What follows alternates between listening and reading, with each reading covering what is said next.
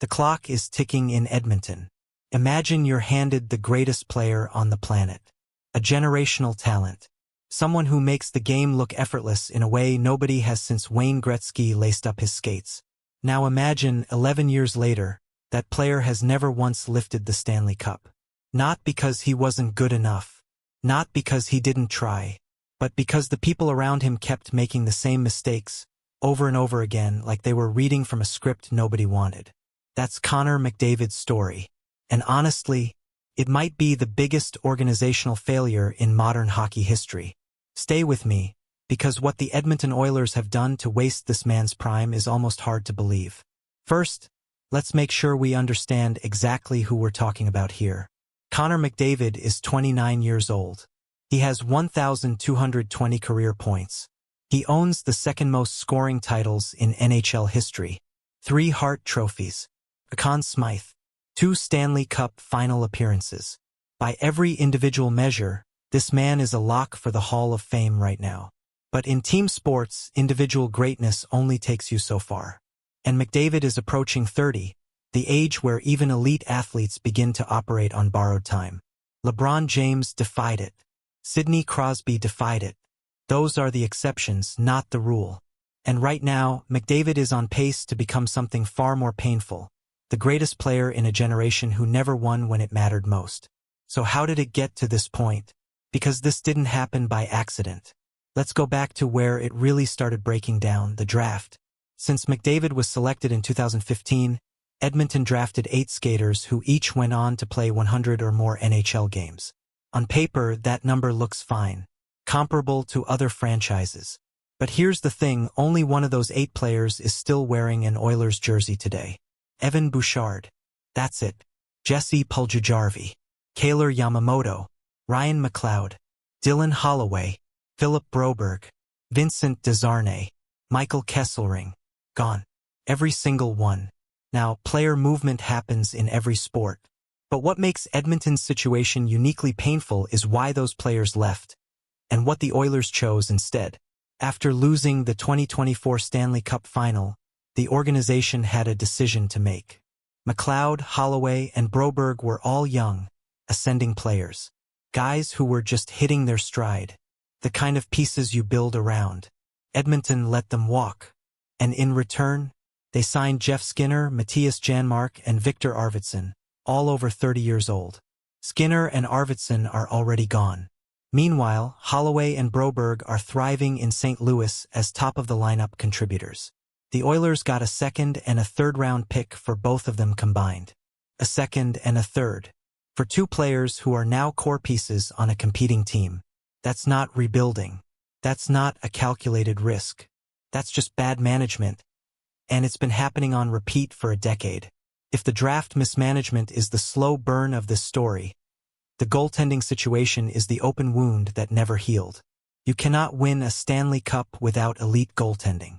Every champion in recent memory had someone dependable, often spectacular, between the pipes. That's not controversial. That's just hockey. And yet, Edmonton has finished in the bottom 10 for goals against above expected in 3 of the last 4 seasons. 3 of 4. Despite having arguably the most dangerous offensive player alive. Stuart Skinner, Calvin Pickard, Tristan Jarry. These are the names that have cycled through Edmonton.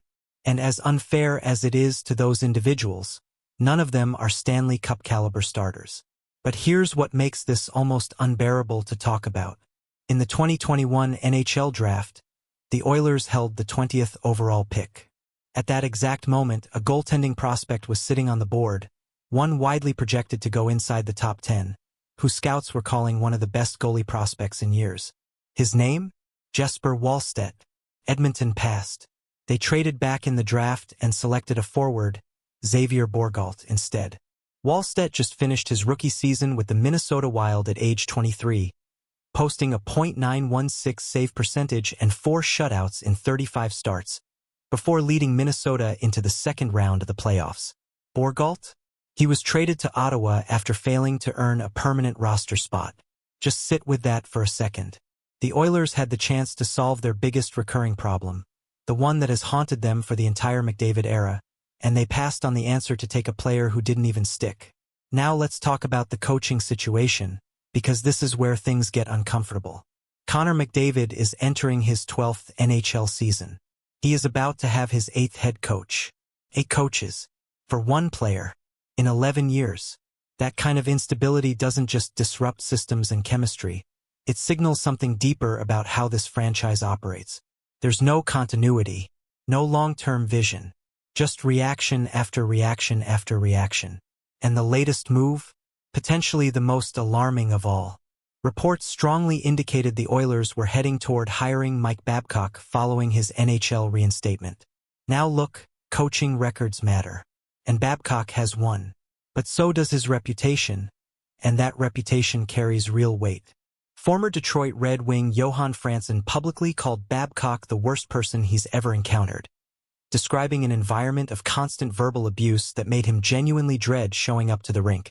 In Toronto, Babcock had Mitch Marner privately rank his teammates' work ethic, then read that list aloud to the entire team. In Columbus, he reportedly went through players' personal phones, text messages, photos.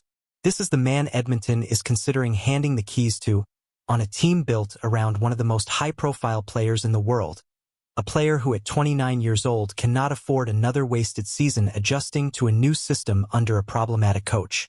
If that hire goes through, it won't just be a bad decision. It could mark the beginning of the end of the McDavid era in Edmonton. Any roster with McDavid and Draisaitl is dangerous. They proved that reaching back-to-back Stanley Cup Finals. But this past season was a reality check.